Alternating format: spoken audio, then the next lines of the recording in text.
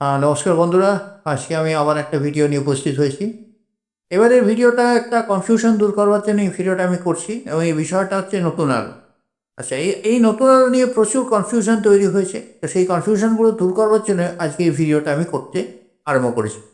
প্রথম কনফিউশন হচ্ছে যে নতুন আলু বলে কিছু হয়। যেটা হয় সেটা হচ্ছে আলুর নতুন ফলন, এবং আলুটা নতুন নয়, আলুর ফলনটা নতুন। আচ্ছা, দ্বিতীয়ত হচ্ছে নতুন ঠিক নয়, ফ্রেশ।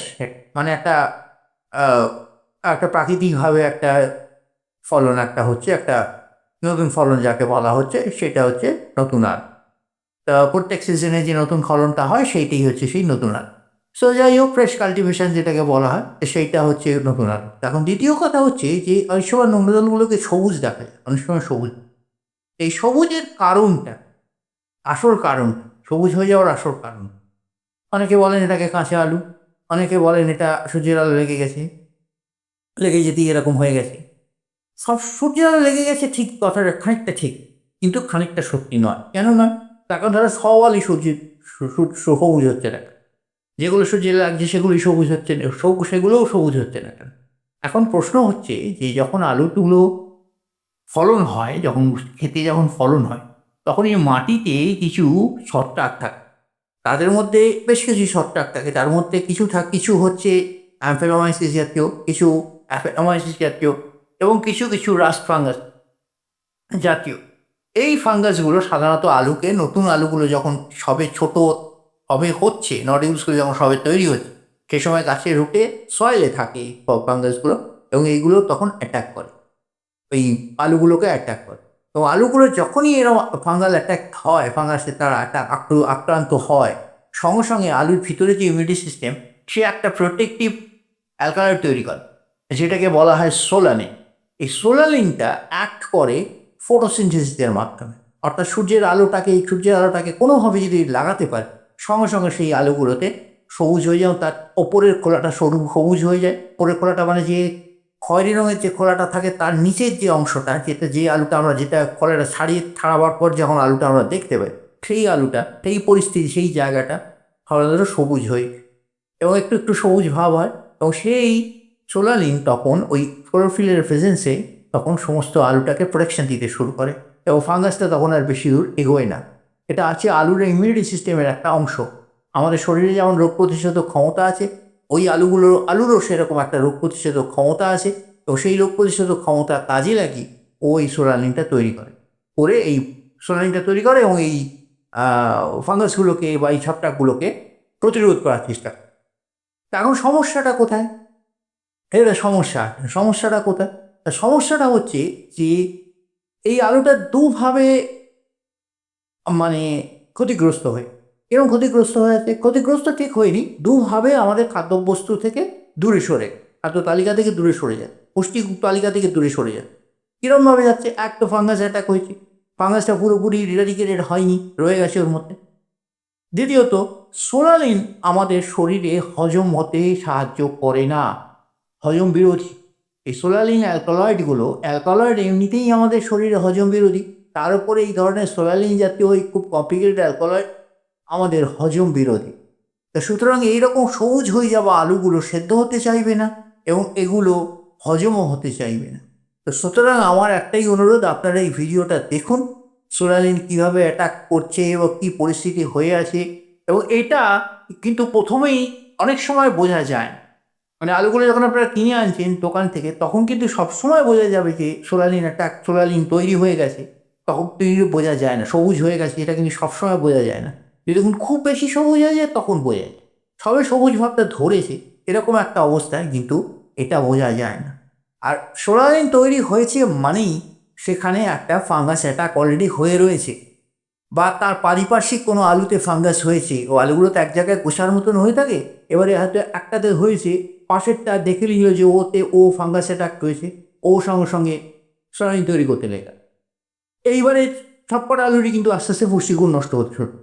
তো এইরকমভাবে আলুগুলো ক্ষতিগ্রস্ত হয়। তো এই ভিডিওটা আপনারা দেখুন, দেখে আপনারা বিচার করবেন যে কীভাবে কী কী আছে না আছে। তো এই আলুগুলো পুষ্টিগুণ থাকে না, তো সুতরাং এই সবুজ আলুগুলো এবং ফাঙ্গাসযুক্ত আলু তো খাওয়া উভয়ই উচিত না। এই সবুজ আলুগুলোর পুষ্টিগুণ কম থাকার জন্য এই আলুগুলো খুব একটা খাওয়া খাওয়া উচিত নয় এবং খুব একটা ভালোও লাগবে না। অনেকে বাচ্চা দিয়ে এটা খাওয়ার চেষ্টা করেন, কিন্তু বাচ্চা দিয়ে করে লাভ হবে, আলুটা ফেলেই দিতে হয়। তো যাই হোক, আপনারা বিচার বিবেচনা করবেন আর ভিডিওটা দেখুন, আমার অনুরোধ ভিডিওটা পুরোটাই দেখুন আপনারা। তো চলুন ল্যাবে যাই, কি আমরা সেই সোলারিনযুক্ত আলুটা দেখাই আপনার কী পরিস্থিতি হয়ে। তাই চলুন ল্যাবে যাই। নমস্কার বন্ধুরা, তাহলে আমরা ল্যাবে এসে গেছি। এইখানে তিনটে আলু আমরা দেখাতে পাচ্ছি। তিনটে আলু আছে এখানে। তিনটে আলু তিন রকম অবস্থা। দুটোই রাস্ট ফাঙ্গাস হয়ে রয়েছে, তার সঙ্গে সোলানিনের প্রেজেন্স রয়েছে, যেটা আমরা দেখিয়েছিলাম যে একদিকে সোলানিন তৈরি হচ্ছে, উল্টো দিক ভেতরে রাস্ট ফাঙ্গাস হয়ে রয়েছে, সেটাকে রেজিস্ট করবার জন্য উল্টো দিক থেকে সোলানিন তৈরি হচ্ছে। আর একটা রাস্ট ফাঙ্গাস হয়নি এখনো, সোলানিন তৈরি হয়নি এখনো, কিন্তু এটা একটা আঘাতজনিত কারণে একটা মানে খারাপ হয়ে রয়েছে আর কি, একটা অবস্থা খারাপ হয়ে রয়েছে এবং এটার মধ্যে একটা ফাঙ্গাল ইনফেকশন হয়েছে। যে এইখানে আমরা সেই তিনটে আলুকে আমরা দেখাতে পাচ্ছি। এটা আমি একটা একটা করে তুলে তুলে আপনাদের দেখাবো আলুটা কি পরিস্থিতি হয়। তো প্রথমে আমরা যেটা দেখাই সেটা হচ্ছে যে এই সোলানিন তৈরি হয়েছে কিরকম জায়গাটা, এবং আলুটা কিভাবে রাস্ট ফাঙ্গাস হয়ে গেছে, এবং রাস্ট ফাঙ্গাসের এগেনস্টে সোলানিন কিভাবে কাজ করছে। এই যে ক্যামেরাটার কাছে যদি আমরা নিয়ে যাই, তাহলে আপনারা দেখতে পাবেন, এই ক্যামেরাটার কাছে যদি নিয়ে যাই, এই যে ব্রাউন কালার গুলো দেখতে পাচ্ছেন, এই যে ব্রাউন স্পট গুলো দেখতে পাচ্ছেন, এই স্পট গুলো হচ্ছে actually rust fungus, brown rust বলা হয়। আর তার পাশে দেখুন, ঠিক তার পাশে দেখুন একটা সবুজ ভাব একটা এসে গেছে। এইখানে একটা সবুজ ভাব একটা, এখানে ক্যামেরায় কতটা দেখতে পাবেন আমি জানি না, খুব কাছাকাছি নিয়ে যাওয়ার চেষ্টা করছি, এবং এখানে একটা সবুজ ভাব আপনারা দেখতে পাচ্ছেন। অর্থাৎ সোলানিনের সঙ্গে সোলানিন এখন রাস্ট ফাঙ্গাসের সঙ্গে একটা ইন্টারাকশন করছে। এই অবস্থা হয়ে রয়েছে আলুটার।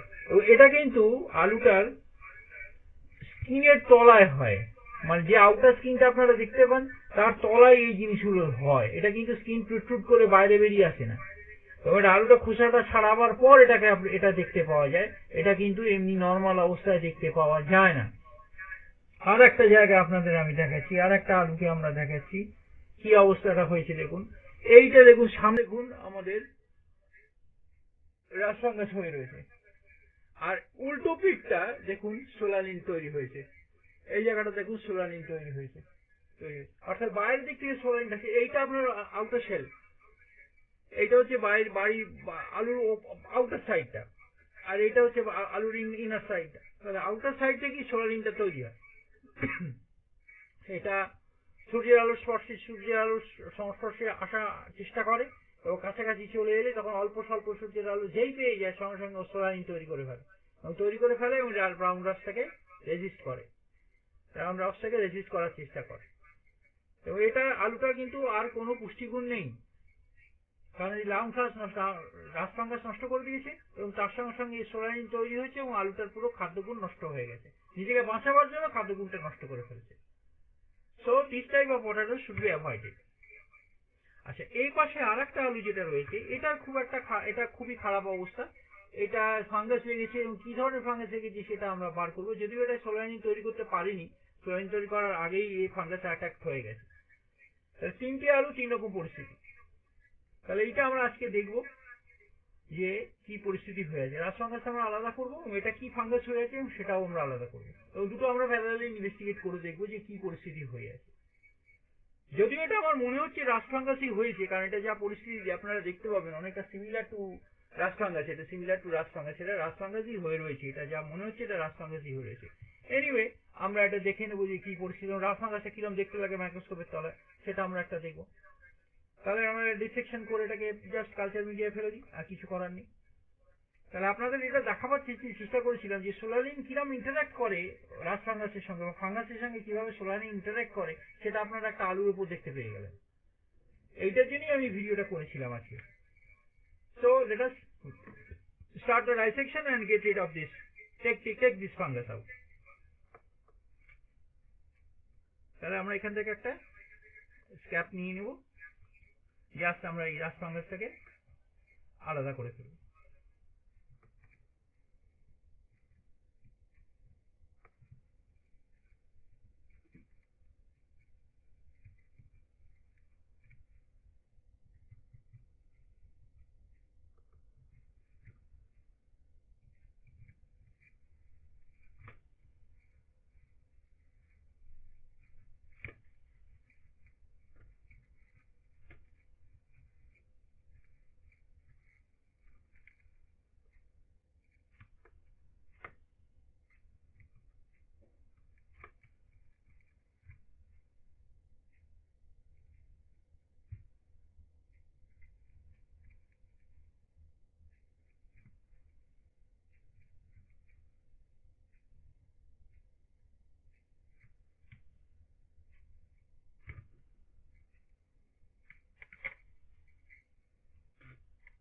এই দেখুন পেছন দিকটা তো কিরকম রাস ফাঙ্গাস হয়ে গেছে। এই দেখুন সামনের দিকটা রয়েছে, এটা এটা এটা আউটার সাইডটা, আর এটা ভেতরটা। তার মানে কতটা ভেতরে রাস ফাঙ্গাস ঢুকে গেছে সেটা আপনারা দেখতে পাবেন এই ক্যামেরাতে। So camera can see this side, এই সাইডটাও দেখাচ্ছি, আবার এই সাইডটাও দেখাচ্ছি, both side. So this goes inside.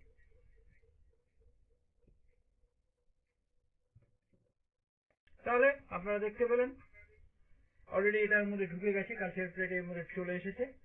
তাহলে আমরা এটাকে জাস্ট কালচার মিডিয়া অ্যাড করে দেবো, অ্যাড করে দিলে আমাদের এটা মোটামুটি রেডি হয়ে যাবে। তাহলে এই রকম পরিস্থিতি যদি আলুর কোনো কখনো আপনারা দেখতে পান, এরকম একটা পরিস্থিতি ছাড়াবার পর, এরকম একটা পরিস্থিতি এখানে ছাড়াবার পরই দেখতে পাবেন, ছাড়াবার আগে কিন্তু দেখতে পাবেন না। এটা বলে লাভ নেই যে ছাড়াবার আগে আমি দেখেছি, ছাড়াবার আগে দেখলেন না কেন, এরকম হয় না। এটা ছাড়াবার পরই আপনারা দেখতে পাবেন, কারণ যা হবে স্ক্রিনের নিচে হবে, মেন স্ক্রিনটার নিচে হবে। সেটা ছাড়াবার পর দেখতে পান, তখন এটা আপনারা ডিসকার্ড করে দেবেন, আলুটাকে ফেলে দেবেন।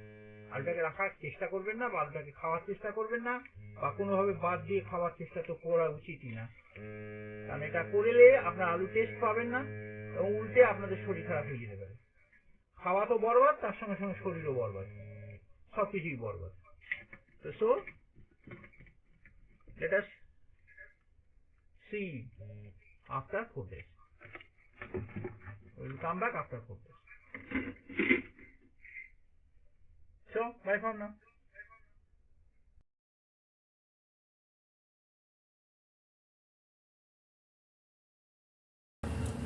নমস্কার বন্ধুরা, তাহলে আমরা চলে এসেছি সেই আলুটাকে নিয়ে, যে সোলানিন যুক্ত আলু, সোলানিন আর রাসফাঙ্গাস যুক্ত আলু। এই দেখুন ফার্স্ট ইনভেস্টিগেশন কী পরিস্থিতি, তার আগে ঘন হয়ে গেছে, একদম কালার চেঞ্জ করে গেছে আমাদের এই আগার চেঞ্জ করে, agar sodium acid differential agar change হয়ে গেছে, কালার চেঞ্জ হয়ে গেছে, এখন অবস্থা এরকম হয়ে গেছে। তাহলে আপনারা যদি আগেরটা মনে রাখতে পারেন, পেরে থাকেন, তাহলে এইটা দেখুন কী অবস্থা। তাহলে আমরা এটা ফার্স্ট ইনভেস্টিগেশন একটা করবো, পরিষ্কার দেখতে পাওয়া যাচ্ছে কী ফাঙ্গাস আছে, আমরা তাহলে দেখতে পাবো এটা ফাঙ্গাস আছে, এটাতে ফাঙ্গাস ডেফিনেটলি আছে। সোলানিন প্রোটেক্ট করতে পারিনি, পুরো প্রোটেক্ট করতে পারিনি, কারণ অলরেডি রাস ভেতরে ছিল। তো সুতরাং আমরা একটু দেখে নিই কী পরিস্থিতি হয়ে রয়েছে। এবং খুব মোটাই ফাঙ্গাস হয়ে রয়েছে, বেশ ভালো একটা ঠিক প্রেসিপিটেশন হয়েছে। তো দেখা যাক কী অবস্থা হয়ে রয়েছে। তারপরে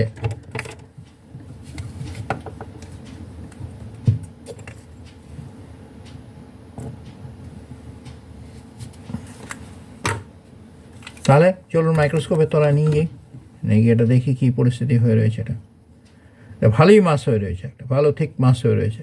so let us go to my microscope and see. আচ্ছা, আমাদের সামনে এই যে ফাঙ্গাসের ফরমেশনটা চলে এসছে, নতুন আলুর যে ফরমেশনটা চলে এসেছে, এটা রাস্ট ফাঙ্গাস। এটা পরিষ্কার দেখতেই পাওয়া যাচ্ছে, এটা রাস্ট ফাঙ্গাস। এটার মধ্যে আর বিশেষত্ব কিছু নেই, এটা রাস্ট ফাঙ্গাস এটা, এবং প্রচুর মাইক্রোটক্সিন থাকবে এটার মধ্যে স্বাভাবিক।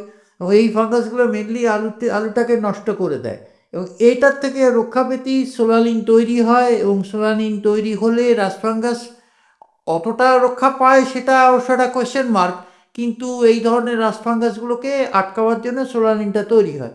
এবং এই সোলানিন এসে আমাদের আরও আলুটার ক্ষতিগ্রস্ত করে দেয়, আলুটাকে খাদ্যবস্তু থেকে, খাদ্যগুণ থেকে আলুটাকে নষ্ট করে দেয়। অর্থাৎ এই ধরনের আলু দুদিক থেকে খাদ্যগুণ নষ্ট হয়, এক সোলানিন তৈরি, দুই রাস্ট ফাঙ্গাসের উপস্থিতি, এবং যার ফলে এটা আলুগুলো নষ্ট হয়ে যায়। এবং সেই কারণে অনেক নতুন আলু কাল্টিভেশনের পর নষ্ট হয়ে যায় due to this rust fungus, formation of rust fungus and anti formation of solanine. So যাই হোক, এটি আমাদের মোটামুটি ফার্স্ট ইনভেস্টিগেশন রিপোর্ট, আর এই বিশেষ কিছু দেখার নেই, এই পর্যন্তই আমাদের রিপোর্টটা।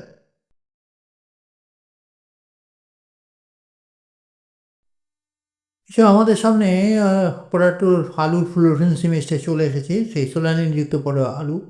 এখানে প্রচুর সেল দেখা যাচ্ছে, যে সেলগুলো দেখা যাচ্ছে ওগুলো হচ্ছে রাস্ট ফাঙ্গাসের সেল। তো এগুলো ওই যে যেখান থেকে আলোটা বেরিয়ে আসছে, এবং এখানে প্রচুর কালো কালো কালো কালো স্পট দেখা যাচ্ছে। এই কালো স্পটগুলোই হচ্ছে, বা কালো প্যাচ দেখা যাচ্ছে, এই কালো স্পট বা কালো প্যাচগুলোই হচ্ছে সোলানিন মাইক্রোটক্সিনের বা সোলানিন মানে ন্যাচারাল পেস্টিসাইডের উপস্থিতি। সোলানিনটা হচ্ছে একটা ন্যাচারাল পেস্টিসাইড। এইখানে দেখা যাচ্ছে সেলগুলো, এবং সেলগুলোর ভেতরে প্রচুর সোলানিনও দেখা যাচ্ছে। এই সোলানিনের উপস্থিতিতে কী হয়েছে, এই যে যেখানে 80-90টা মাইক্রোটক্সিন থাকার কথা সেখানে অনেক কম মাইক্রোটক্সিন অ্যাটাক হয়েছে মাইক্রোটক্সিনের অ্যাটাক হয়েছে, কারণ এগুলো এই যে হলদে আলোগুলো যে জ্বলছে আর লাইটগুলো বেরিয়ে এমিশন হচ্ছে, ইয়েলো লাইট এমিশন হচ্ছে, এটাই মাইক্রোটক্সিনের উপস্থিতির কারণ। এবং যেগুলো খুব বাঘা বাঘা বড় বড় মাইক্রোটক্সিন সেইগুলো কিন্তু এখানে ঢুকে গেছে, কিন্তু সেগুলোকে সোলারিন আটকাতে পারেনি, কারণ সোলারিন খুব উইক পেস্টিসাইড, মানে মাইক্রোটক্সিন ইরাডিকেটার, খুব উইক মাইক্রোটক্সিন ইরাডিকেটার। তো যাই হোক, তো সেইগুলো সেই সোলারিনযুক্ত আলুর পরিস্থিতি হয়ে রয়েছে। তো প্রচুর মাইক্রোটক্সিন রয়েছে এর মধ্যে, কিন্তু কটা মাইক্রোটক্সিন রয়েছে, কী রয়েছে, সেটা আমরা অ্যানালিসিস ভিডিওর মধ্যে দেখতে পাবো। তাহলে এই মোটামুটি এই হচ্ছে আমাদের আলুর ফ্লোরেসেন্স ভিডিও। এই যে ব্ল্যাক প্যাচ হয়ে রয়েছে, এবং এই জন্যই আমি বলার উদ্দেশ্য যে এই সবুজ হয়ে যাওয়া যে আলুগুলো, এগুলো খাবেন না, এগুলো খেলে পরে আমাদের শরীরে নানা রকম ক্ষতি হতে পারে। তাহলে এই পর্যন্ত ফ্লোরেসেন্স ভিডিও।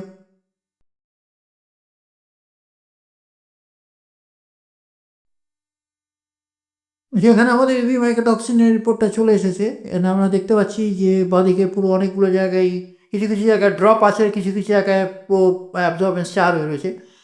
এটাই হচ্ছে আমাদের প্রমাণ যে সোলানিনের উপস্থিতিতে থাকার ফলে এখানে আমাদের অধিকাংশ মাইক্রোটক্সিনই এখানে আসতে পারেনি বা জায়গা নিতে পারেনি।